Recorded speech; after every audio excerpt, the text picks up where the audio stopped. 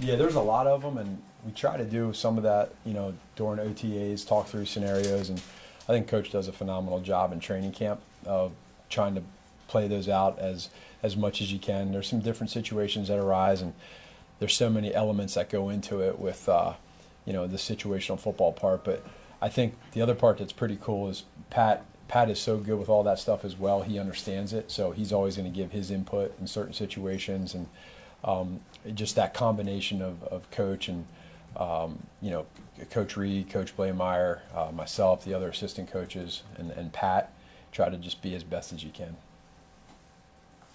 So challenging some of those meetings to get the guys engaged. So I imagine that's something those. Not at all.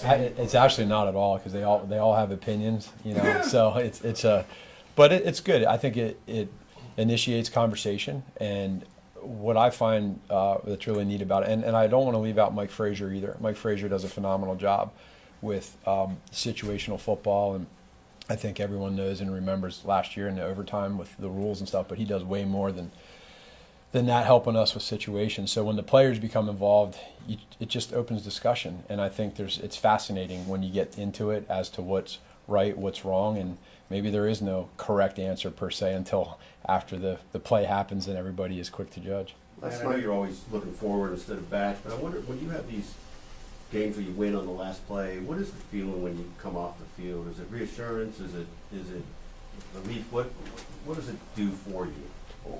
Well, it's a phenomenal feeling to win. Number one, I think that's the initial part. Is as us being competitors, there's so much time that goes into Monday through Saturday, Monday through Sunday when you put the game involved, and you win in different ways. And I think it's been documented that we've been winning a lot of tight games and close games, final plays, and we found ways. But we always remind ourselves that it's the NFL, it's hard, and that you better enjoy it while you can. And that doesn't mean you can't criticize yourself or want to be better.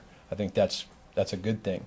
But we're all very, very excited when we win, and that's very important to have that. Man, you guys have signed DJ Humphries. Mm-hmm. Can you remember a time where someone at a premium position came in sort of this late in the season? I know that person may not have come off a torn ACL, but just what are the challenges of trying to incorporate that person, but also not maybe push them too early, but get them in the mix? Yeah, sure. You're right. I mean, you can't remember too many of them that come into play like that, but getting him to meet DJ and just see what he's about and listen to his story. I was talking to him yesterday, and ironically, our icebreaker was his dad and I were teammates in the Arena League in 2004, so that makes you feel old and gray real quick. But he was great, and I love his personality. He's excited to get in here and just kind of learn what we do and how we do things and be a part of it. He has an infectious personality, and he's a hell of a player. So I think it's important too that, and he's experienced, so he wants to be able to help out in any way possible. But there'll be some time involved, and I just love his personality. Last one, what is a reasonable time frame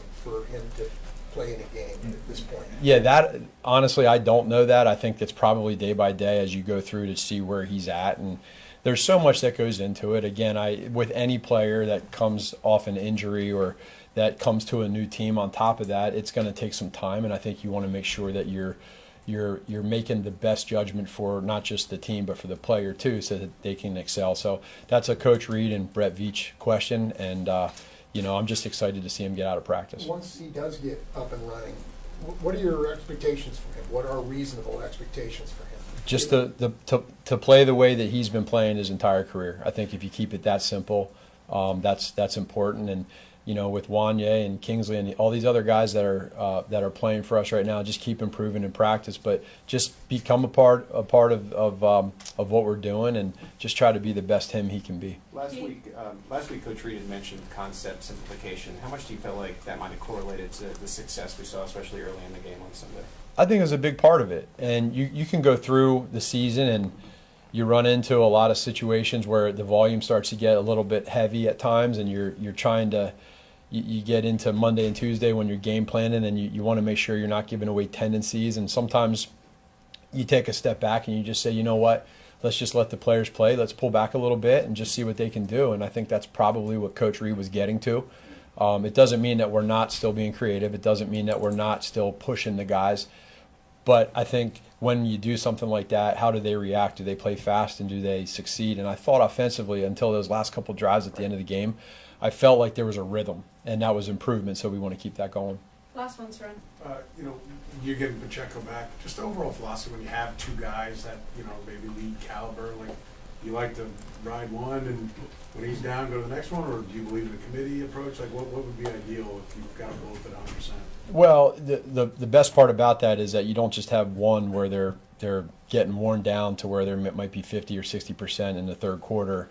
Now you have two guys that are working off of 100%, and they're both really good players with experience that know this offense. So, whether somebody has a couple good, strong runs or a nice catch or a good protection, that's more in-game situationally a feel. But when they're up and running, we feel pretty strong about who they are and how much they can help us, and we're excited about it. Thanks, Coach.